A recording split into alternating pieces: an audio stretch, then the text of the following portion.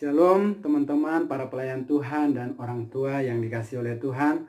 Kali ini saya rindu berbagi tips bagaimana mengajarkan firman Tuhan yang sangat penting buat anak-anak. Menurut saya ada satu firman Tuhan yang sangat penting buat anak-anak, yaitu Ibrani pasal 13 ayat 5b. Mengapa Ibrani pasal 13 ayat 5b ini menjadi sangat penting untuk diajarkan kepada anak-anak? Karena memang kita melihat begitu banyak persoalan yang dihadapi oleh baik anak kecil. Anak kecil sendiri, baik itu di rumah, bisa mengalami perlakuan yang tidak baik dari orang tua. Kemudian ketika dia di sekolah, dia bisa mengalami perlakuan yang tidak baik dari gurunya atau dari teman-teman yang nakal, bisa mendapatkan perlakuan-perlakuan yang tidak baik. Itu sebabnya harus ada satu pegangan firman Tuhan, janji Tuhan yang ajaib, yang dapat dipercaya menjadi pegangan anak-anak. Nah, firman Tuhan ini sangat penting untuk diimani oleh anak-anak, dipegang oleh anak-anak teguh, sehingga dia memiliki keberanian melangkah. Melangkah di mana? Melangkah di sekolah, melangkah di rumah, melangkah di lingkungan sekitarnya. Firman Tuhan ini sangat menguatkan. Nah, ini tentunya karena sangat memberkati saya sebagai seorang pelayan Tuhan yang mengalami banyak tantangan, banyak persoalan di dalam pelayanan dengan bermacam-macam persoalannya. Nah, ayat ini adalah ayat yang sangat bagus. Ayat yang menjadi kekuatan saya untuk terus maju, untuk terus melangkah, menjangkau anak, menjangkau banyak jiwa, memberitakan Injil dengan tidak lelah-lelah. Nah, apa itu firman Tuhan yang perlu kita ajarkan kepada anak-anak kita? Yaitu Ibrani pasal 13 ayat 5b. Ibrani pasal 13 ayat 5b ini mengatakan seperti ini. Aku sekali-kali tidak akan membiarkan engkau, dan aku sekali-kali tidak akan meninggalkan engkau. Nampaknya kalau kita hanya menghafalkannya demikian, ayat ini tidak bermakna apa-apa. Tetapi ketika kita mencoba merenungkan bahwa Tuhan Yesus sekali-kali tidak akan membiarkan kita, dan Tuhan Yesus sekali-kali tidak akan meninggalkan. Tidak akan membiarkan artinya bahwa Tuhan Yesus akan selalu aktif menolong, aktif melindungi, aktif memberi nasihat, aktif menjagai, aktif menuntun kita, mengarahkan kita. Jadi dia aktif. Itu kata membiarkan.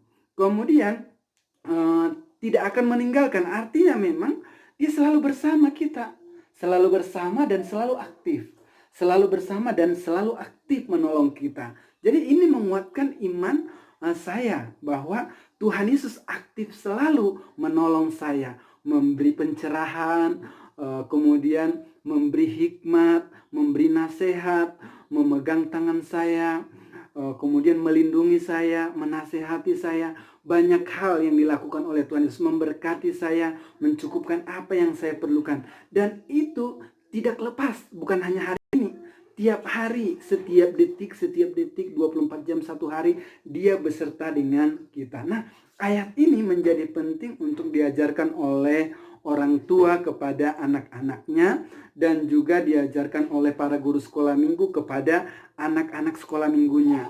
Sehingga ini menjadi pegangan mereka untuk menghadapi kehidupan, menjalani kehidupan yang lebih dari pemenang. Amin. Jangan juga orang tua tidak jadi pemenang. Nah, ini ayat ini menolong saya menjadi seorang pemenang. Banyak persoalan di tengah-tengah pelayanan, tetapi saya bersyukur ayat ini memberi peneguhan kepada saya. Ada persoalan, ada tantangan. Saya percaya Tuhan aktif menolong saya. Nah, tips bagaimana cara mengajarkan Ibrani pasal 13 ayat 5b kepada anak-anak sangatlah mudah. Cukup memakai jari kita, 5 jari kita ini. 5 jari kita ini kita taruh contohnya di sini ya. Kita taruh di dekat dada kita seperti ini.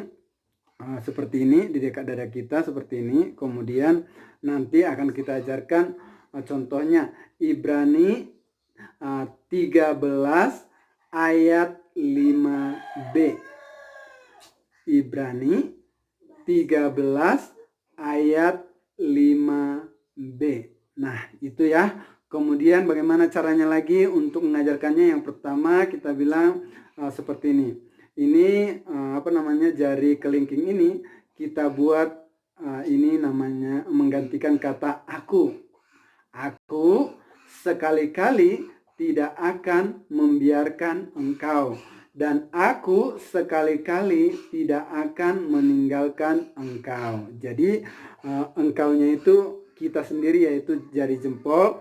Ini Tuhan Yesus ya. Bisa kita pakai kata aku itu diganti. Tuhan Yesus sekali-kali tidak akan membiarkan Kristian, dan Tuhan Yesus sekali-kali tidak akan meninggalkan Kristian. Nah, kalau anaknya contohnya agape, Tuhan Yesus sekali-kali tidak akan membiarkan agape, dan Tuhan Yesus sekali-kali tidak akan meninggalkan agape. Nah, ini adalah cara mengajarkan ayat hafalan yang sangat mudah kepada anak-anak. Tentu bukan hanya hafal ya, kita perlu jelaskan. Artinya adik, artinya anak tidak akan membiarkan dia aktif, dia selalu ada menolong kamu, memberi nasihat, menegur kamu, memberi pujian kepada kamu, melindungi kamu dari orang yang jahat. Dia aktif, dia selalu aktif dan tidak akan meninggalkan. Artinya Tuhan Yesus selalu bersama dengan kamu. Itu sebabnya jangan takut sama setan, jangan takut sama teman-temanmu, jangan takut kepada banyak hal. Percayalah bahwa Tuhan sudah berjanji bahwa dia bersama dengan agape, dia akan menolong agape, dia akan melindungi agape, dia akan menjaga agape, dan selalu bersama dengan agape, bahkan tinggal di dalam hatinya agape. Nah, seperti itu bagaimana tips mengajarkan ayat hafalan Ibrani 13 ayat 5b kepada anak-anak. Kita ulang sekali lagi supaya ingat teman-teman. Kita buat jari kita seperti ini. Jari kita ini 5 jari kita.